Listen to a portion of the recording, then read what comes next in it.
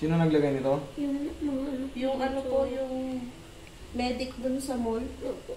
Sa mall ka ba nadali? Sa Star Mall po. Skating nga daw sila. Skating? Nag-i-skating kayo? Nag-i-skating siya. Tapos, nadulas ng gano'n, natungkod niya ang kamay Siya nga. Kaya tinanggal din yung skating dun sa SM eh. Abutin mo nga yung card. Ayan, balik ko. Balik ko. Alugin mo muna. Nalog ko na yun. Ayan, sige. Tatakon na po agad? Hindi, relax ka lang yan. Tanggal pin lang yun. Baka mamaya bigla na to ako na. Hindi, wala huwag pa. mong pansinin. Hindi ko aatakin. Wala pa yung bandage eh. Aatakin na yan, nalubog na. Hirot lang. Kasi to, tingnan mo rito, nakaliis yung buto mo rito. Kaya masakit yung kamay mo. Ayan, tingnan mo. Pag gano'n na. Dapat po diretso lang to, diba? Ayan, dapat ganito. May Ay, curve. bukong-bukong po. May Ay, curve. Pagi pa. Relax ka lang, kayang-kaya mo yan. Kuha kang tissue. Yan. Siyang bigyan mo ng pakagatin mo ng tissue. O, tingnan mo yung buto mo dyan. O. Tingnan mo, yan o. O. Nakababa na, bali yung buto niya talaga. Pero, gaya nga ng sabi ko sa inyo, wala kayong dapat ikapangamba kasi itong mga bata nga po, bilis lang na metabolism nito.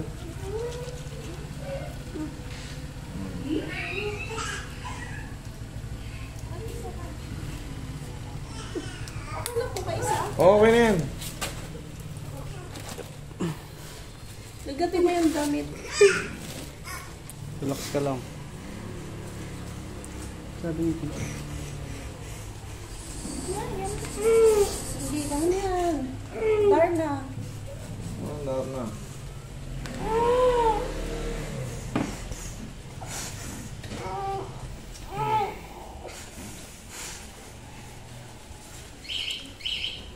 Ma'am, hawakan niyo siya rito. Sige, bitawan niyo muna yung mga hawak mo. Ayan, bitawan niyo muna. Grip mo lang siya dyan, grip mo lang siya. Ayan, dyan sa malayo. Sige, pita mo ng konti. Ayan, thank you. Isa pa, last na. Kaya mo yan. Isa pa. Sige, okay, bitawan mo na ma'am. O, ayan.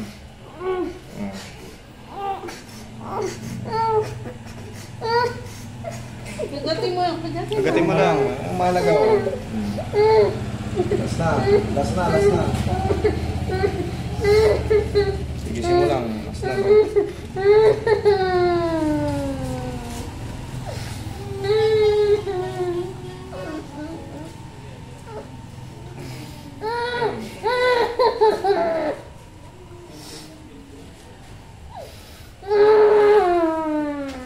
Tiis lang.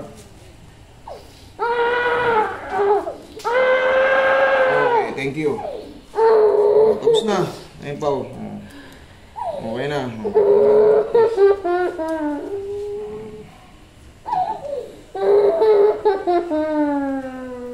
Yung karton.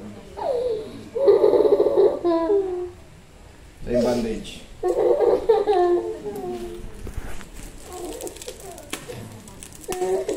Tapos na. Ganun din yan eh. Aray ka rin ng aray eh. Tingnan mo yung lubog dito. Wala na yung lubog. Yan. Kahit pa paano, 95%. Still hindi na siya, kumbaga, still fracturing pa rin siya. Pero, ang mahalaga kasi,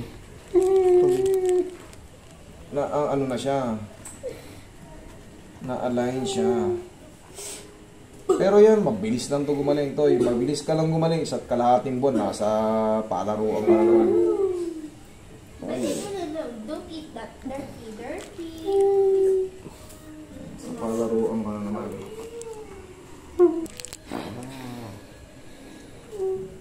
Sa isang karton.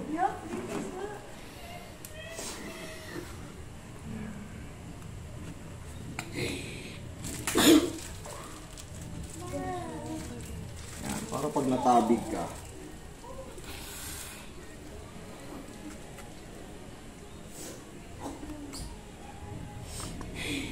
hindi ka masasaktan.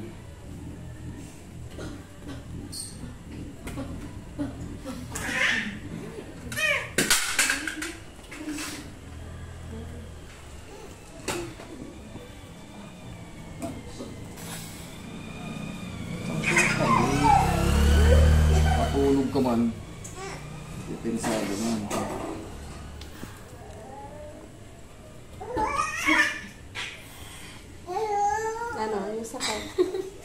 Sakit pa din. Yung sakit pa din. Mamaya na yun. Basta na yan.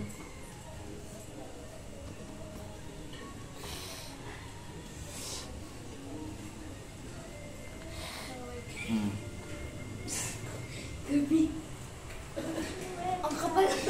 Ang kapal ng blush on mo. Ayan, ang purpose niyan, Siyempre sa para kahit matabig-tabig ka, ayan ang tamang pag ano, kailangan nagagalaw pa rin to.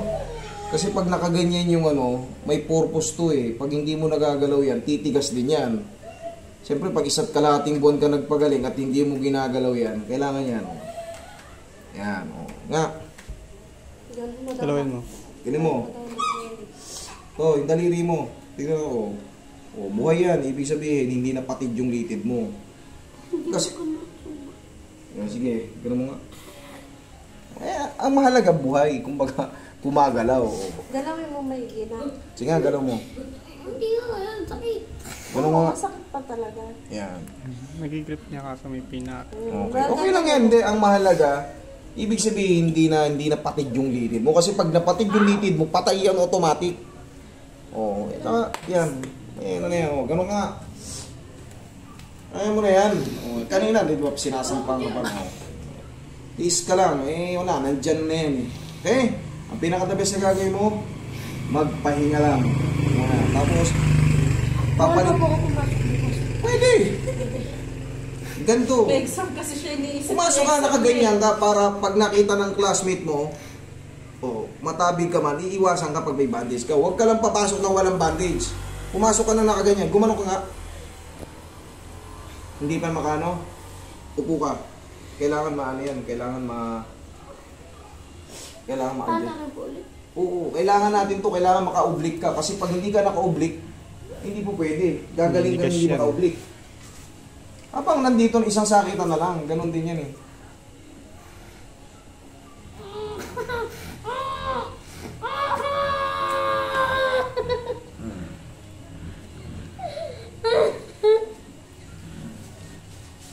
Hindi pwedeng hindi nakaka-oblique. Pag wala kang oblique, yari ka na.